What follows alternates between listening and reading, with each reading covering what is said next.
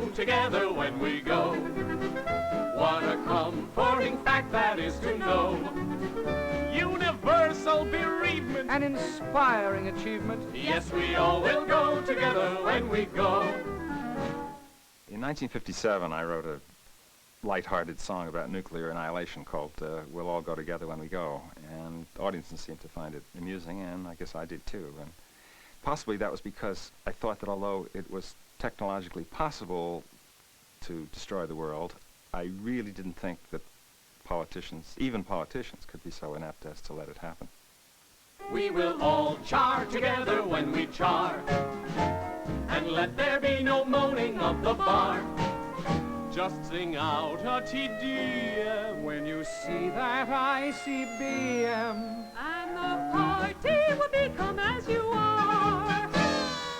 Even though I wrote this song, I do hope that it becomes just a historical curiosity and not a prophecy.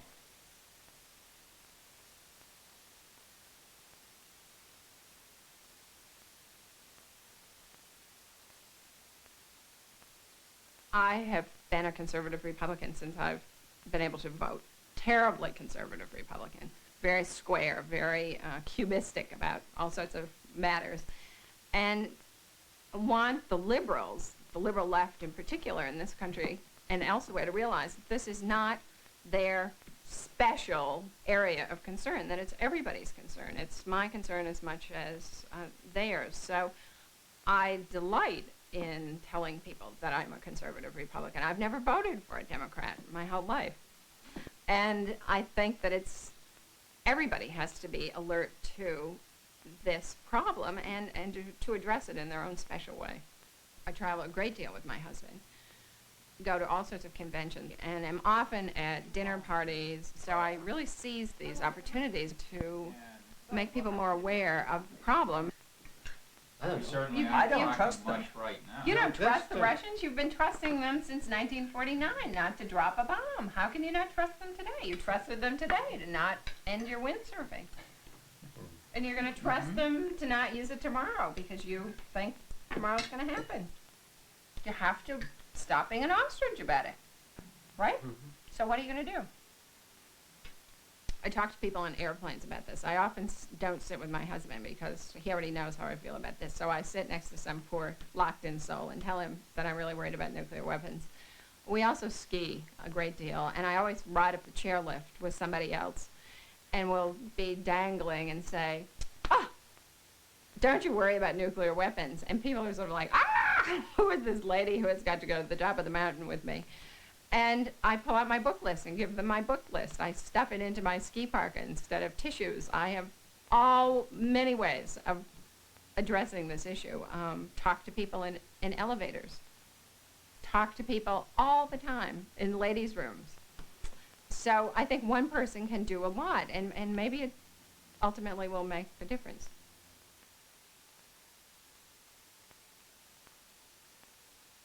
I saw myself being involved in movements always from the outside, you know, stamping your feet, making noise, standing on tables, making a lot of noise. And I also saw that there were people who were making policies that did not have my community or any other community's best interests at heart.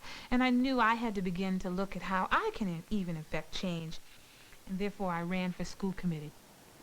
The school committee can make such an impact on shaping the minds and developing the future for young people who will be future voters, who will in fact have to make decisions around defense spending, who will in fact have to determine who will make those decisions. If we do not take the time now to develop programs that really help our young people see their responsibility as future adults in shaping this world, then we're not doing our job. I see this proposal. One need only look at the history of this country to understand how change comes about. It all came through struggle. And this nuclear arms race issue will only come if people take control of the issue and make the change themselves. We will not wake up one morning and have the Pentagon say, "I'm giving all the money back. I know this is wrong." We will in fact have to demand and make the change ourselves. It will not be handed to us.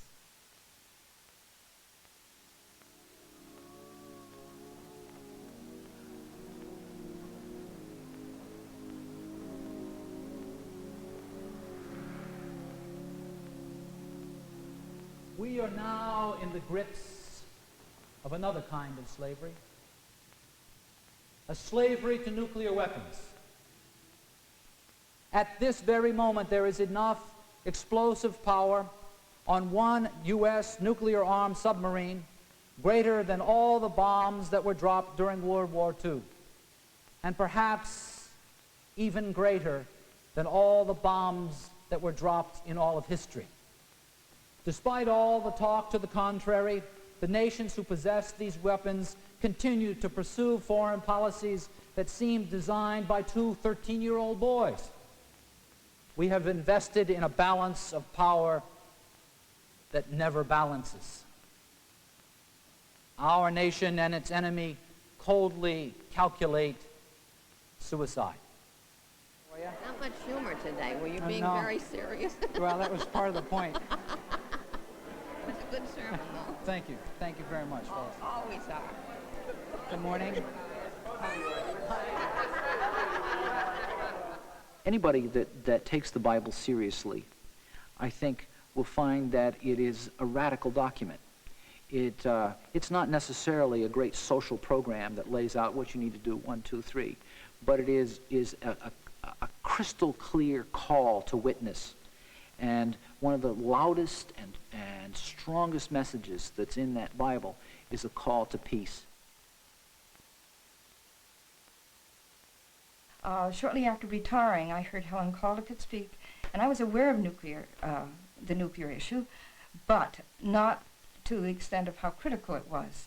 And after hearing her, I decided that all the lovely things I decided to do upon retirement would just have to go by the board, because if there's no planet here, there would be no chance of doing them. So the top priority was working for nuclear disarmament, and that's what I've been doing ever since. Hi, could I have a minute of your time? Only take a minute. We are collecting signatures across the United States of people who say that they will endorse freeze candidates, any political candidate who's working for nuclear disarmament. And if you're in sympathy with that, we would like to have you sign there. I don't think I'm interested. You No? must be interested. Yes, I Are you? definitely am. Okay, wonderful. Would you like to sign Sure. over here? Thank you very much. All we ask that people become aware, and in becoming aware, educate themselves more so they can spread the information about what this mad nuclear race is leading us to. I don't believe I'll sign it. That's all right. Okay, thank you very much. I have permission from Mr. Smith. We'll be here about 5 or 10 minutes. Okay, thank you very much. It bothers me sometimes that people don't care. Sometimes it feels that a few of us are working hard for a lot of people, and certainly we will continue to do so. No, that's fine. That's fine. Sign here. It takes only 5 minutes a day to write to a congressman. All you have to say in the first line, I urge you to vote against the MX. And then maybe a simple statement why you urge him to vote against, such as it is a first strike weapon.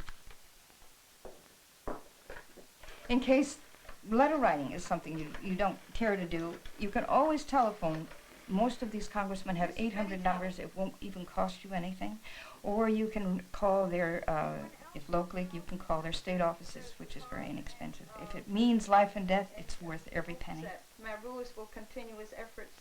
I probably will spend my whole life and never see the end result. But if we come nearer to the end result of cutting off the production of nuclear weapons, that's all I can ask.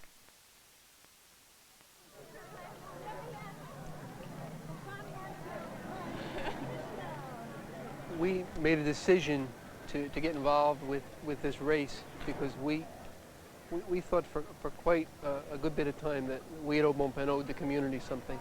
We're not going to say it's somebody else's responsibility. We're going to ignore it. I hope that same kind of position we've taken individually within our company is the kind of position we as a company can take within the community we live in and within the world we live in. Great to have the mayor here to start the first 10K run for peace. 5, 4, 3, 1, go! You're off! We were very concerned at first. We thought we would get a great deal of negative publicity, that we would alienate a great number of people.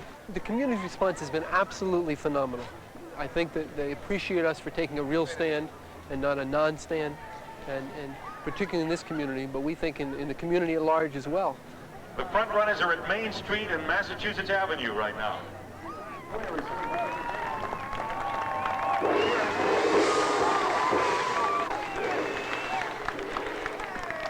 Good job.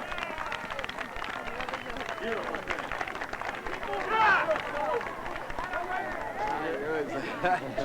For peace. We ran it for peace and for old Bone Pan. Thank you. A good race.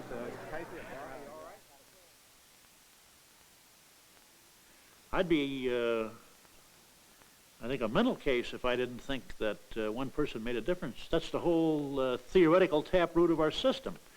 One person is what makes the democracy work, because one begets two, begets four, and you have the incremental establishment of a majority. Well, one of the most enduring myths, particularly on Capitol Hill in this country, is that high levels of defense spending creates or perpetuates jobs.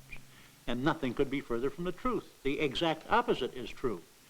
The more millions we plow into it, the fewer jobs we're creating, because weaponry today is highly sophisticated. It is absolutely capital intensive, and you shovel in tons of money out of which you get very few jobs. Few scientists, technicians, engineers, jobs are created, but virtually nothing for blue collar. Blue collar has been on a downward turn for a long, long time now. And for all of the billions of dollars we invest in the armaments budget, we get very little job bang for the buck. Mobilize, educate, organize, aggravate, as I always say, is the solution in America. That's how it's done. When I first started at the yard, we were working on liquefied natural gas tankers. And this was a product that carried needed natural gas back and forth. You had a feeling when you worked on these natural gas tankers that you were making a product that was of some use to society. Now I'm building boats that are part of the Rapid Deployment Force. This is not a product that it makes me happy to work on. Instead of military products, this yard could be making alternative products that have been designed by shipyard workers, technical experts around the world.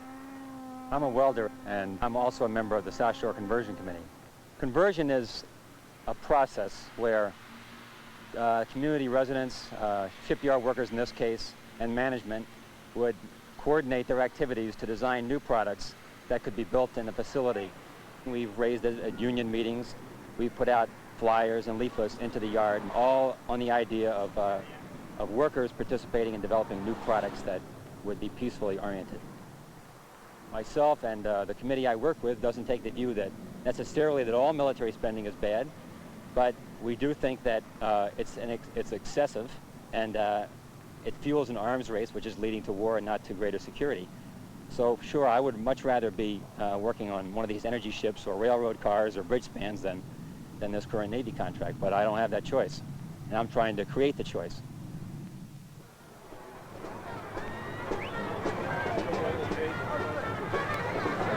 Just wanted to say good morning to everyone and thanks for coming. It looks like it will be as big or bigger than last year. There'll be a few late arrivals. We have 59 groups in the parade today. We are number 40, which is toward the end, but not too bad. We have 3 behind the elephants in case anyone is interested. Okay, let's just relax, enjoy ourselves, and we'll walk for peace today.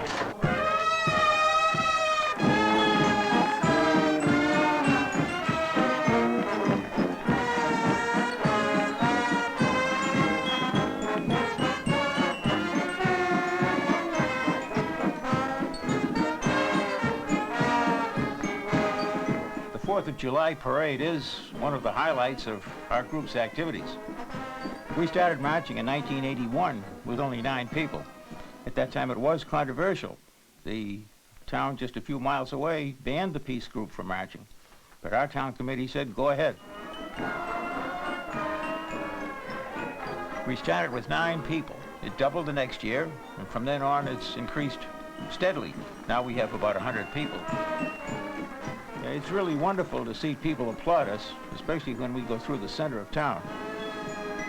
Now approaching the viewing stand, you've seen them all before many times, many places. Each year the group gets larger and larger. This year with a new name. The Nuclear Freeze Committee is now the Natick Peace Council. Welcome, Peace Council. When we march, we are not alone. We see ourselves as part of our country's history. We're connected to people around the world who are taking a stand for peace. We believe that peace is patriotic, and we can't think of a better way to show it than to be in our town's 4th of July parade.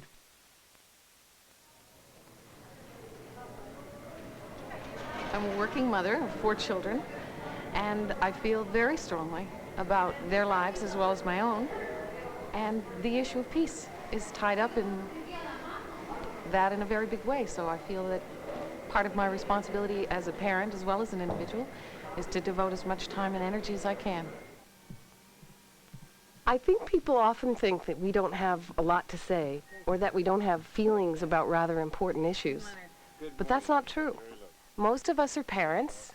Most of us have a lot of commitment to life.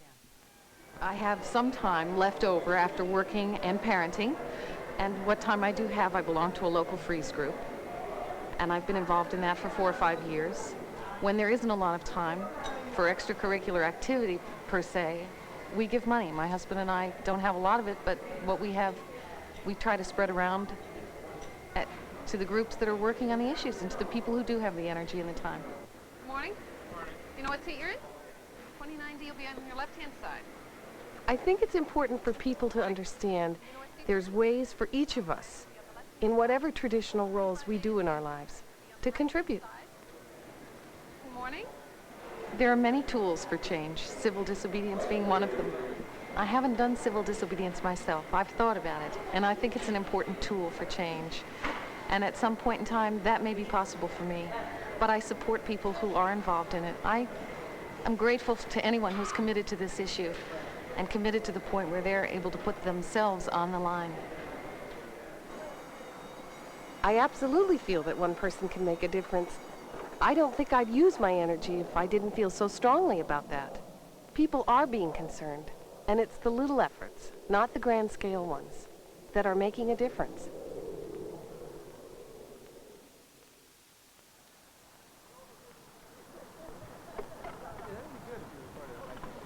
When we started to do the vigil, I looked up what it meant, and it said a watchful staying awake. We vigil so that people will be reminded that this issue is a very much a live one, that it's a life and death issue, and that we're standing there so that people can see that we can do something about it. We're there every Saturday from 12 o'clock until 1 o'clock, and we've been there for the past over 2 years now. Rain, snow, sleet, etc., we're there. We've been on the corner really trying to be a witness to this issue that we think is important. And I think that what we feel very strongly is that we want to stay awake and keep our local community awake to that issue. Well, it's not a liberal town by any means, I don't think. And yet, the fact that we are very much local people and known in the town has really made a difference. On the corner, we basically have very positive reaction. And I'd say maybe 9 out of 10 of those that respond either way give us a thumbs up or applaud or some sign of approval. My son will be driving home after a Little League game and give us a wave. Congratulations. We won 11-2. I think one of the strong points about our group is that we really basically believe that we live in a grassroots democracy, and in this country that we can stand up for what we think is right and make a difference, and we think we are. I do feel hopeful, and I think that's the attitude of our group, basically, and that's why we're out there every Saturday.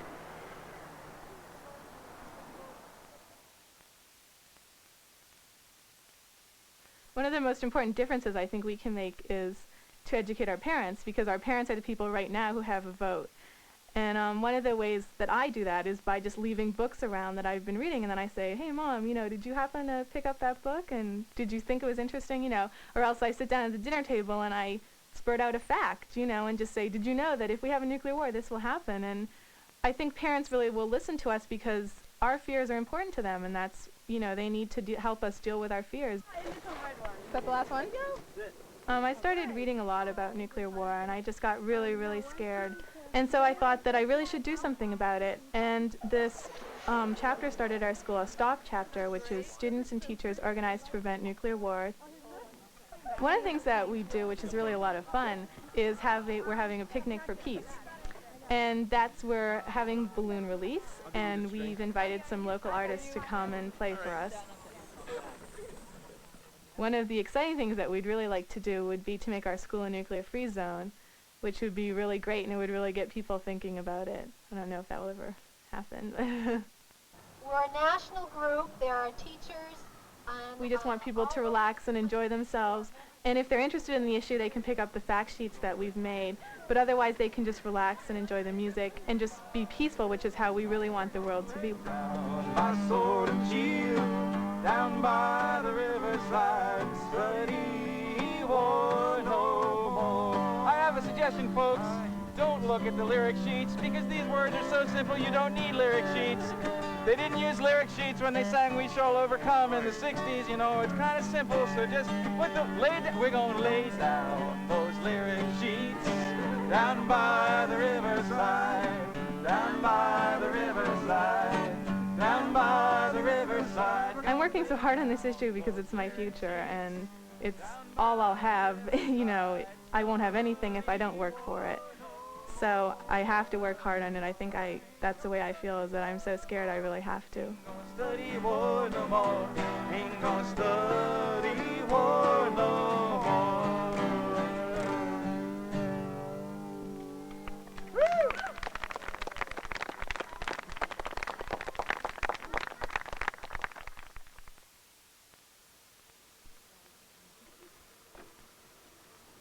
Hi, Drew. How are you?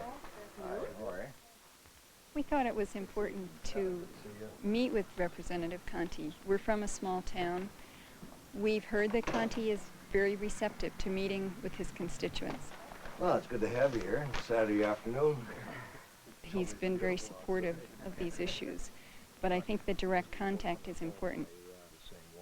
We have a great concern about the arms race, and we just want to encourage you to continue voting along the lines that you have been. And we also have some questions and wanted to share some concerns with you. Go ahead. Who's first? I'm a home economics teacher at high school and junior high school. I'm a homemaker and a mother and a grandmother. I'm Sam Smith, and I'm a farmer in Williamstown. We're just a group of citizens. We're not a professional lobby group. We haven't done this before. Most of us have never spoken to Conti, let alone to any other congressman or senator. We want peace. We want an end to this crazy escalation of power. Enough is enough. If you have the power to kill everyone once, why do we need to do it many times over? I appreciate your concerns, and I appreciate you coming here and voicing your concerns. I think this Congressman Conti is a Republican who's been in office for 27 years. He's voted in favor of many peace issues, and it's been difficult for him many times because he's gone against his party. What are the things that we can do that really are effective? I read my own mail every morning, and I'll read it during my committee hearings, and that really has, I think, a tremendous impact. I've heard more and more congressmen say, what are you worried about this issue? Well, I haven't gotten 2 letters on it. And they use that, and they fall back on that. Let me say again, how pleased I am you're here, and how much I've enjoyed our meeting, and I hope we'll get together again in the near future. Yeah, I might like to go back again. Really? Right. Because it was very accessible. And it wasn't that hard to go and to sit, and it wasn't that frightening. I think I might try it again someday. Yeah, I'm going to ride. Does anyone want to ride with me, or are you all set? I guess we're set.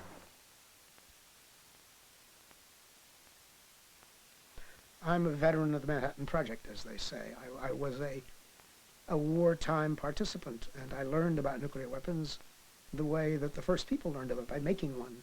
I was responsible with my small group of 4 or 5 colleagues for the nuclear core of the test bomb, the very first bomb. We prepared it and put it in its right configuration and gave it over to another team who wrapped the high explosive around it, and then still another group lifted up to the tower and put the detonators in, and finally was ready. that was the way it began. And in that knowledge and in those experiences, I think we came away with a very clear lesson, namely that we had started a dangerous road that had to be turned, have to turn aside from that road. And ever since then, I've tried to do what a physicist can do. I've been writing and speaking ever since. I must have spoken to 1,000 groups in the last 40 years minimum, all kinds, from businessmen's clubs to academic conferences. And I write and talk steadily to this moment on the question. I don't think any other responsibility is so great. The nuclear weapons are not self-propagating. They don't fall from the sky like raindrops. They don't grow from the ground like grass. They're human decisions, part of an industrial society's decision what to do with its resources. And the moment that those resources are reallocated, that moment nuclear weapons will cease to be made, and gradually we can get rid of the ones we have, take them apart in many different ways. And so it's really a decision which is up to us. There's nothing automatic about it. Therefore, it lies in our power to do it, and I think we must begin to do it. We must begin to cut, ban, freeze, stop, reduce, whatever you want to call it. Those are the important verbs.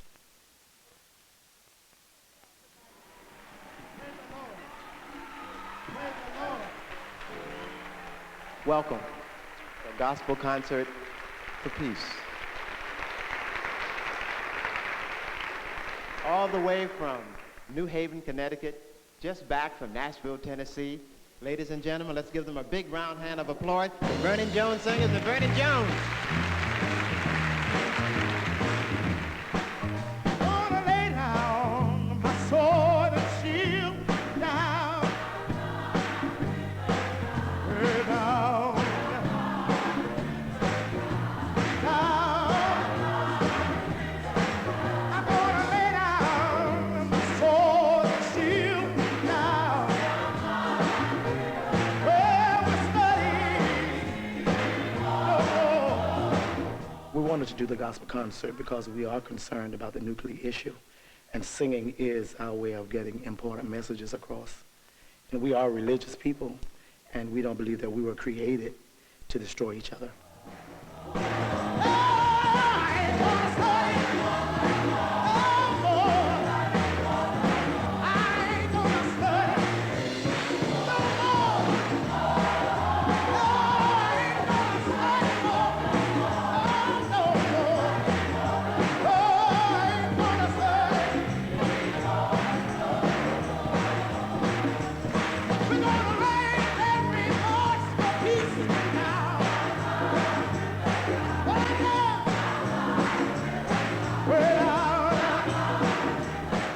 Doing this concert provided us with an opportunity to make our voices heard.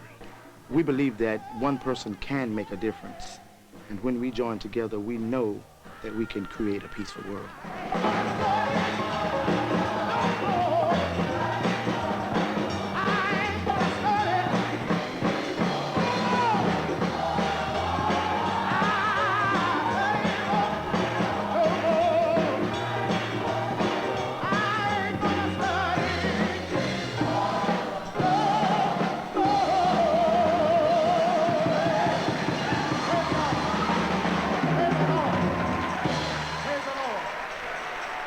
Praise the Lord.